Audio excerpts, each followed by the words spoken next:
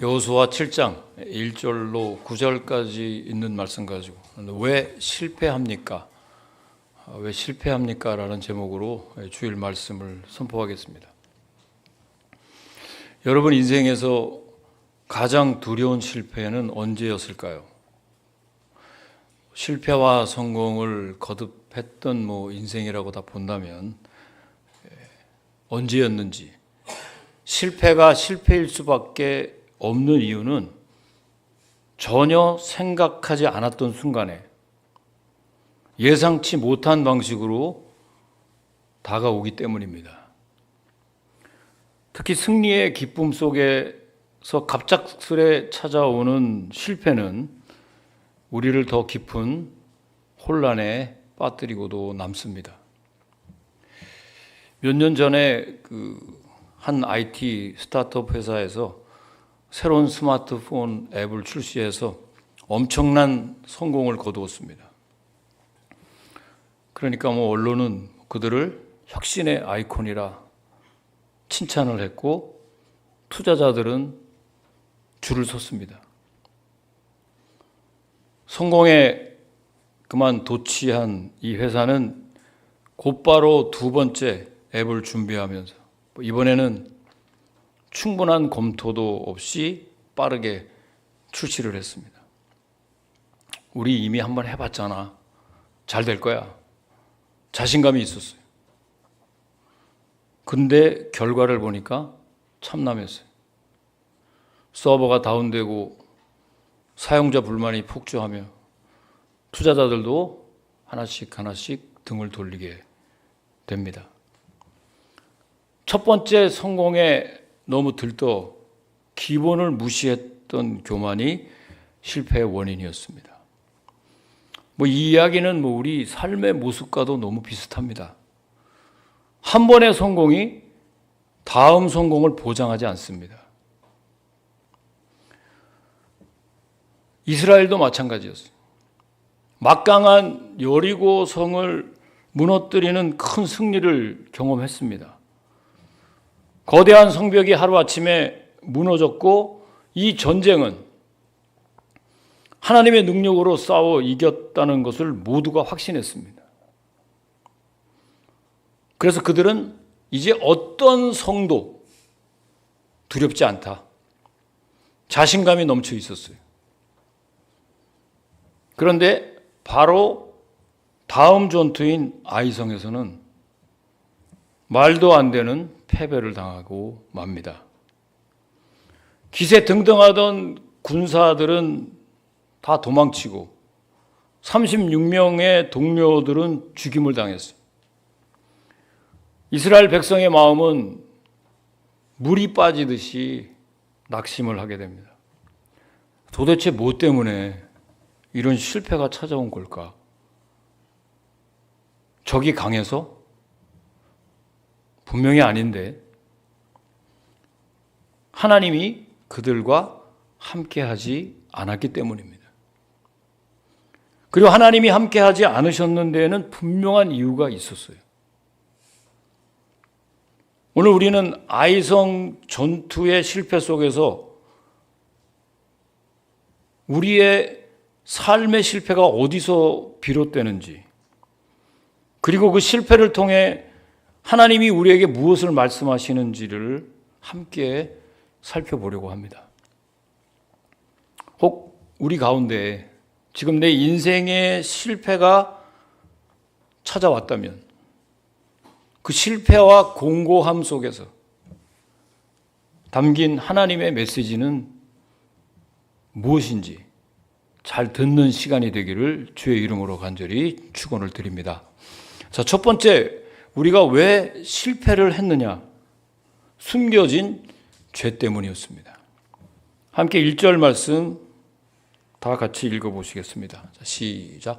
이스라엘 자손들이 온전히 바친 물건으로 말미암아 범죄하였으니 이는 유다 지파 세라의 증손 삽디의 손자 갈미의 아들 아간이 온전히 바친 물건을 가졌습니다. 여호와께서 이스라엘 자손들에게 진노하시니라. 견고한 여리고 성을 함락시키고 정복할 수 있었던 이유는 하나님 명령에 그대로 순종했기 때문입니다. 우리가 오늘 읽은 본문 바로 전장인 6장 18절 19절 말씀에 볼 것이면 하나님은 여호수아를 통해 분명한 경고의 말씀을 먼저 주셨어요.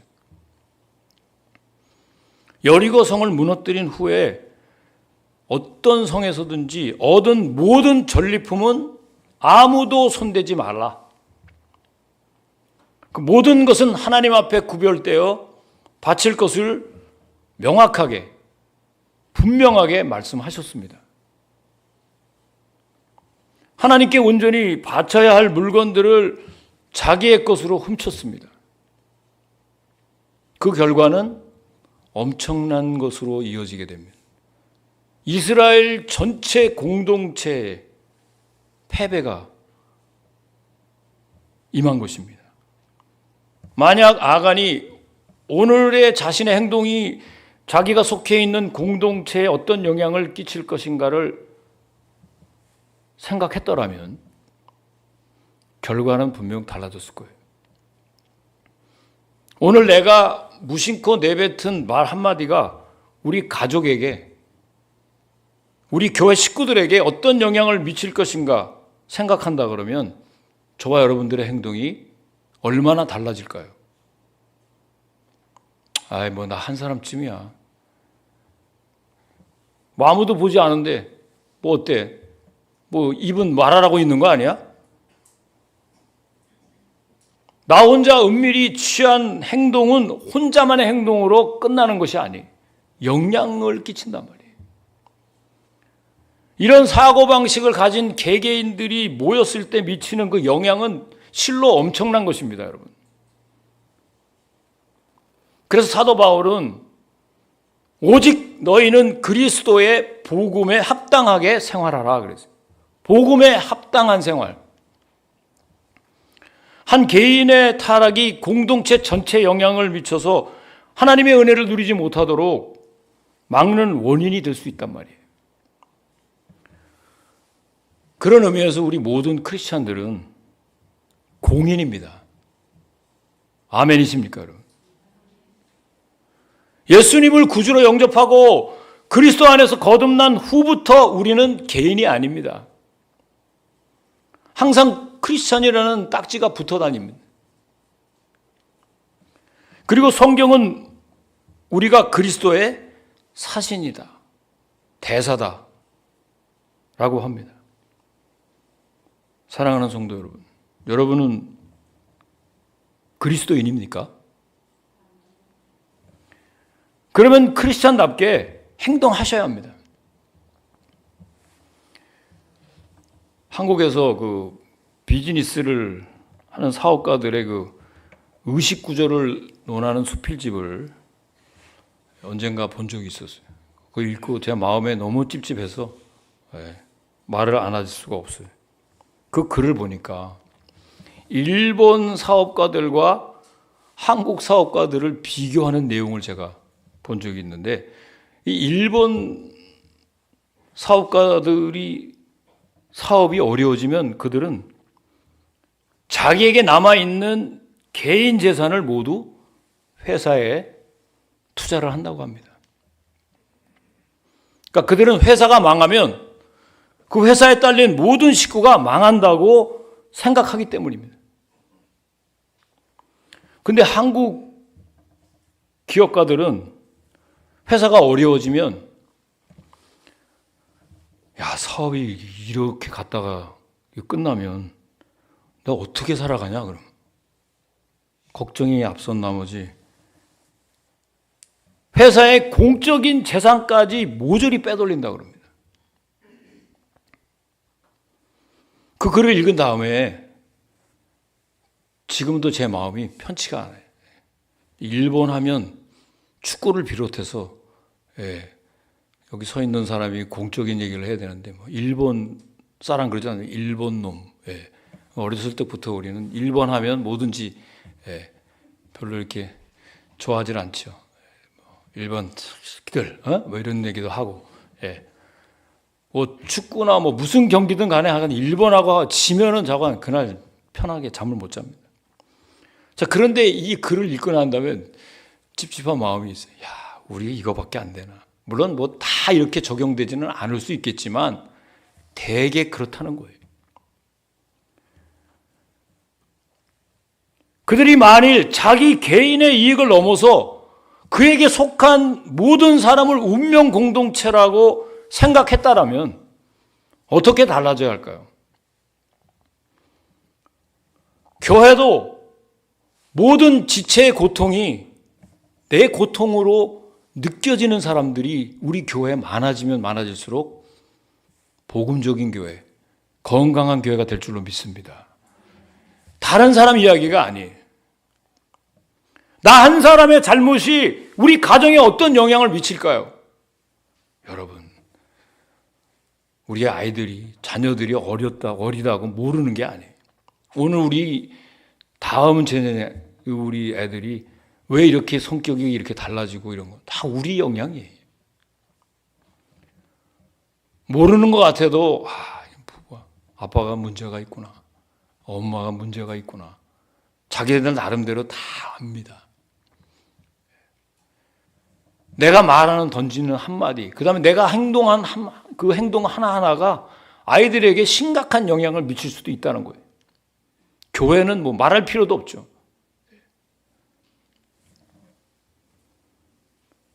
죄의 연대 책임은 분명히 있다는 거죠. 한 사람의 죄가 공동체를 무너뜨릴 수 있다는 것입니다. 무겁게 우리가 받아들이셔야 할 것입니다. 두 번째로, 왜 실패를 했을까? 잘못된 확신이 하나님의 음성을 가릴 때입니다. 다 함께 2절, 3절 말씀 읽어보시겠습니다. 시작. 여호수아가 여리고에서 사람을 베델 동쪽 베덴 곁에 있는 아이로 보내며 그들에게 말하여 이르되 올라가서 그 땅을 정탐하라 하며 그 사람들이 올라가서 아이를 정탐하고 여호수아에게로 돌아와 그에게 이르되 백성을 다 올라가게 하지 말고 2-3천 명만 올라가서 아이를 치게 하소서. 그들은 소수이니 모든 백성을 그리로 보내어 수고롭게 하지 마소서 하므로. 간단하게 얘기하면 여호수아가 아이로 사람을 보냈는데 백성 다 올라가게 하지 마세요. 한 2-3천 명만, 2천 명쯤만 올라가서 아이를 치면 될 겁니다. 자, 패배의 원인은 아간의 범죄 외에도 한 가지가 더 있었어요. 그게 뭡니까?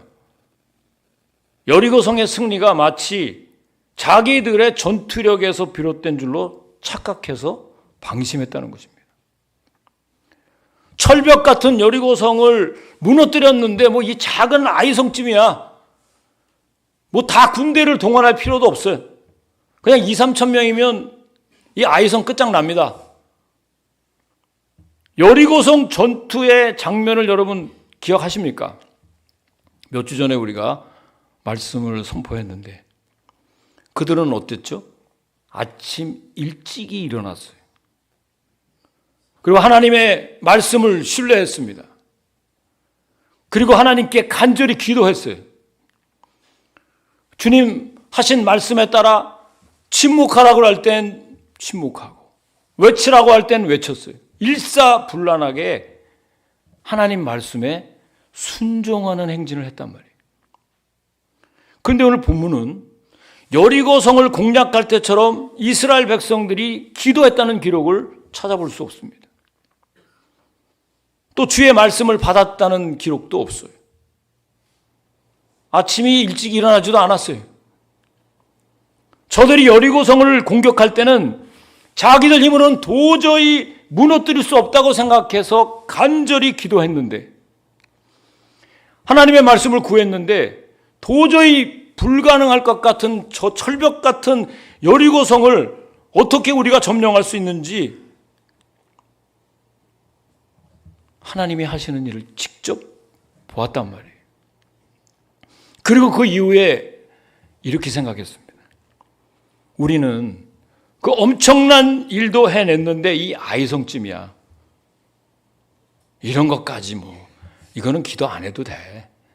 이거는 그냥 하면 돼. 믿음으로 살았잖아. 그냥 해. 착각을 한 거예요. 여리고의 큰 승리에 그만 도취돼서 전투의 중심에 서신 하나님을 잊어버렸어요. 항상 전투는 누가 한다고 그랬죠? 하나님이 하시는 전투라고 그랬죠. 자기들 힘으로 무너뜨렸다고 생각한 겁니다, 여러분. 사랑하는 성도 여러분, 우리 회원 새신교회가 대표 기도도 있었는데 넉 달이 됐다고 그래요. 하나님 은혜로 새신교회가 비행기로 치면 고도 지금 3만 피트 이상에서 순항하고 있습니다. 할렐루야. 그 할렐루야 소리 아멘이 작네. 할렐루야. 아멘. 예. 3만 피트쯤에 지금 순항해 좀 있으면 이제 기내식사가 올라올 때가 됐어요. 그런데 여러분, 고도 3만 피트까지 올라가는데 불과 25분밖에 안 걸렸어요. 우리 교회가 아직 끝난 거 아니에요. 아직 도착하려면 멀었어요. 더 가야 돼. 하나님의 도움으로 잘 떴다 하더라도 그거 내 능력과 노력 때문이라고 생각할 때 넘어질 수 있다는 겁니다, 여러분. 우리가 은혜를 체험했을 때, 우리가 발전을 경험했을 때, 우리 삶이 앞으로 향해 나아갈 때, 우리가 영적 만족을 경험할 때 사실 그 순간이 우리 삶의 위기일 수가 있다는 것입니다. 사람이 앉아있을 때는 누구나 다시 일어나고 싶어 합니다. 너무 가난하고 힘들고 약했을 때는 좀 성공하고 물질의 축복을 받기를 원합니다. 누구나. 그러나 사실상 서 있는 순간이 가장 어렵고 큰 위기가 될 수 있어요. 그렇습니다, 여러분. 그래서 성경은 우리가 선줄로 생각하는 자는 넘어질까 조심하라. 고린도전서 10장 12절 말씀.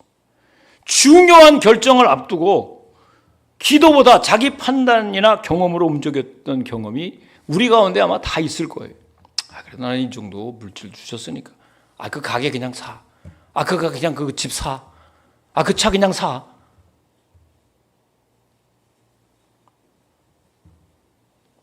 이제는 내 판단, 내 경험, 이걸로 움직여요. 사무엘상 13장 말씀에 보면 사울 왕도 블레셋과의 전쟁을 앞두고 하나님의 인도보다는 자신의 판단으로 제사를 드리다가 어떻게 됐습니까, 여러분? 하나님의 심판을 받았어요. 교만은 패망의 선봉장입니다. 교만은 항상 무너짐의 시작입니다. 항상 겸손해야 돼. 지나간 거, 잘한 거 다 잊어버려. 하나님이 긍휼히 여기셔서 여기까지 온 줄로 믿습니다. 할렐루야, 할렐루야. 예. 이런 사람들이 계속 앞을 향해서 나갈 수 있는 거예요. 조심해야 돼. 3만 피트에 떴을 때 조심해야 되는 거예요. 승리 이후에 여러분 조심하십시오. 축복 받으셨습니까? 그 후에 조심하셔야 됩니다. 여러분 기도 응답 받으셨습니까? 응답 이후에 조심해야 됩니다, 여러분. 잘못된 자기 확신이 하나님의 음성을 가려버리면 그만 교만해지는 거예요. 영적으로도 교만해지지 않도록 저도 여러분을 위해서 중보하고 여러분도 저를 위해서 기도해요. 불과 4개월 돼서 하나님이 이렇게 3만 피트 이상 이렇게 잘 비행기가 뜨게 해주신 거 감사하지만 아직 끝나지 않았어요. 여러분 각자 맡은 부분에서 혹시 내 안에 규모 없는 잘못된 것들이 아강 같은 것이 없나 돌아봐야 합니다. 자기 점검하시기를 주의 이름으로 축원합니다. 축원합니다. 그래야 하나님과의 관계가 잘 회복이 될 때 잘못된 자기 확신에 빠지지 않는단 말이에요. 승리감에 도취되지 않고 겸손할 수가 있는 거예요. 나에게 주시는 말씀으로 받기를 주의 이름으로 축원합니다. 자, 그리고 이 실패는 그럼 끝나는 것이냐? 세 번째, 실패는요, 회복을 위한 하나님의 사인입니다. 자, 함께 6절, 7절 말씀도 읽어 보시겠습니다. 자, 시작. 여호수아가 옷을 찢고 이스라엘 장로들과 함께 여호와의 궤 앞에서 땅에 엎드려 머리에 티끌을 뒤집어 쓰고 저물도록 있다가 이르되 슬프도소이다. 주 여호와여, 어찌하여 이 백성을 인도하여 요단을 건너가게 하시고 우리를 아모리 사람의 손에 넘겨 멸망시키려 하셨나이까? 우리가 요단 저쪽을 만족하게 여겨 거주하였다면 좋을 뻔하였나이다. 견고한 여리고 성을 정복했는데 작은 아이성을 정복하지 못한 일은 이스라엘 백성에게는 도저히 이해할 수 없는 큰 충격이었어요. 근데 실제로 많은 사람 죽은 것도 아니에요. 36명 정도 죽으면 that's okay. 다시 추서도 아이성 큰 것도 아닌데 다시 싸우면 이길 거야. 이럴 수 있었는데 그거는 우리 생각이고, 여호수아가 왜 이렇게 옷을 찢고 티끌을 뒤집어 쓰고 장로들과 함께 여호와의 궤 앞에 엎드려서 왜 철저하게 이렇게 하나님 뜻을 구했느냐? 실패 부당함을 막 쭉 열거하고 원망을 막 쏟아냈습니다. 그 원망은 어느 정도 지도자인 여호수아 입장에서 보면 그럴 수 있다고 봅니다. 일단 가나안 정복 전쟁을 치러야 되는 이스라엘 군대에 있어서 사기가 저하되는 것은 이건 무엇보다도 중요한 일입니다. 전투에 임하는 군사가 사기가 떨어지면 끝나는 거예요. 뭐만 봐도 겁이 나는 거예요. 야, 저 몇 명 되지도 않았는데 우리가 졌는데, 야, 힘들어 이제. 패배 의식이 쫙 깔려버리면 이건 전쟁을 치르는데 치명적인 거예요. 아주 작은 규모의 아이성 전투에서도 실패했는데 가나안 정복 임파서블, 불가능한 거야. 자, 그런데 거기서 끝나지 않았어요. 여호수아는 모든 실패를 갖고 하나님께 나아갔다는 것입니다. 여러분, 우리가 공고한 날들이 내 앞에 펼쳐지고 무슨 일이 할 때마다 다른 거 다 잘 됐는데 갑자기 무슨 일이 꼬이게 될 때 하나님 앞에 나아가야 됩니다. 지금 나가서 여호수아는 원망도 했어요. 이게 어떻게 된 일입니까? 가나안 정복은 해야 되는데 이 전투에서 지면 어떻게 하라는 겁니까? 이런 말씀이거든요. 여러분, 하나님 앞에 나올 때 정리돼서 나오는 게 아닙니다. 여러분 수습해가지고 이렇게 우리 사람들을 외식하듯이 이렇게 하나님은 여러분의 중심을 다 아십니다. 아멘이십니까? 사람의 마음을 통찰하시는 분이십니다.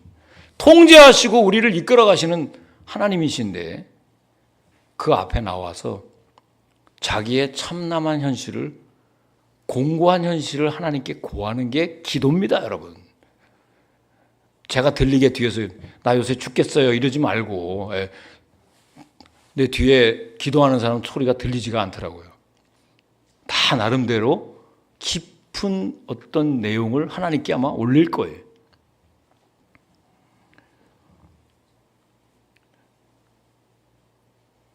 여호수아가 모든 실패에도 불구하고 그 공고한 마음을 가지고 하나님께 나아갔다는 거예요.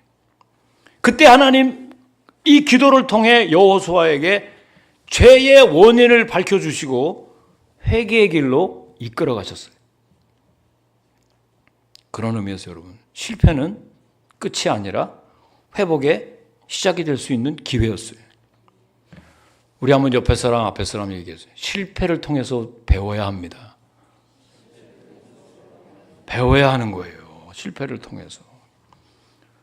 그 실패 속에서 하나님은 죄를 드러내셨죠. 다시 함께 하시는 길로 초청하셨어요. 여호수아가 기도가 아마 적절한 시기에 만약 선행됐다면 분명히 아이성 전투에서 실패하지 않았을 거예요. 하지만 여호수아는 큰 승리에 도취돼서 그동안 기도했던 일을 쉬는 죄를 범했죠. 오늘 우리가 읽은 본문 지나면 다시 아이성 전투에서 승리합니다. 정신을 차렸어. 사랑하는 성도 여러분, 우리 삶에도 갑작스러운 공고함이 막 물밀듯이 밀려와서 나를 괴롭힐 수가 있어요. 힘들고 외롭고 고달프고 아무런 낙이 없고 매일매일 이렇게 먹고 사는 거예요. 지겹기도 하고, 직장에서, 가정에서, 교회 안에서 예상치 못한 어려움이 여러분에게 닥치면 이것처럼 공고한 일이 없는 거예요. 그때 여러분 하나님께 엎드리십시오. 아멘이십니까? 기도를 안 하니까 아멘이십니까? 아멘이 세게 안 나와. 실패는 여러분 때로 하나님이 우리에게 돌아오라는 사인입니다. 네가 나 없이도 잘할 수 있다고 착각하지 마라. 이제 나와 함께 같이 가자. 다시 베델로 올라가자. 하나님의 이런 음성을 들을 수 있어야 합니다. 여러분, 베드로가 예수님을 3번씩 부인했을 때 이건 사실 완전히 끝난 거예요. 이 무너져도 적당히 무너져야 되는데 이거 완전히 무너진 거예요. 3번씩 예수님 부인해서 끝난 겁니다. 회복할 수가 없는 거예요. 인간적으로 아무리 생각을 해도. 근데 부활하신 주님이 오셔서 그 실패를 이기게 해주셔서 회복시켜 주시고 나중엔 교회 반석으로 세워주셨어요. 기가 막힌 일이에요. 여러분, 주님께 나오면 내가 미처 생각하지 못한 크고 비밀한 일을 우리에게 보여주실 줄로 믿습니다. 여러분, 영적인 성장은 내가 노력해서 되는 게 아니에요. 언제까지 한쪽 발 세상에 닿고 한쪽 발 하나님께 닮아서 불안하고 잘못하면 이거 하나님 또 혼날까 봐 무섭고 두렵게 신앙생활 하는 거는 신앙생활이 아닙니다, 여러분. 그 실패를 숨기기에 급급하고 그냥 그 실패를 통해서 어떤 교훈을 얻지 못하는 잘못을 계속 반복합니다. 저는 잘 모르지만 주님은 다 아십니다. 주님을 경홀히 여길 수가 없어요. 여러분의 신앙은 신앙으로 끝나는 게 아니라 신앙생활로 이어지는 거예요. 실패보다 더 큰 잘못은 뭡니까? 그걸 배우지 못하고 똑같은 실수와 잘못을 계속하는 거예요. 바라기는 오늘 본문에 나온 말씀처럼 너희 중에 잘못된 것이 있다, 죄가 있구나 발견하셔야 되고요. 내가 그동안 하나님께 묻지 않았다는, 교만했다는 것을 발견해서 모든 실패의 본질적인 원인이 내 안에 있다는 것을 먼저 발견할 때 다시 나를 점검하게 되고 회개하고 회복되는 것입니다. 우리의 실패도 하나님 앞에 나아가면 회복의 발판이 되고 다시 하나님께서 우리를 높은 곳으로 이끌어 주실 줄로 확신합니다. 기도하시겠습니다. 아버지 하나님, 여리고에서의 큰 승리를 주신 하나님을 잊고 교만했던 이스라엘처럼 저희도 때로는 기도 없이 앞서갈 때가 얼마나 많은지요. 그래서 낭패를 볼 때 다시 하나님을 찾는 어리석음을 반복할 때가 한두 번이 아님을 고백합니다. 우리 안에 숨겨진 죄를 드러내시고 나의 확신이 아닌 주님의 인도하심을 구하는 자 되게 하여 주시옵소서. 실패 속에서도 주님의 회복의 손길을 붙잡는 믿음의 사람들 되어졌을 때 이제는 이 세상에 한 발을 두고 하나님 앞에 발을 두는 그런 우왕좌왕하는 연약한 자들이 아니라 주님 기뻐하시는 거룩한 산 제물이 될 줄로 믿습니다. 감사드리며 예수님의 이름으로 기도하옵나이다. 아멘. 다 일어나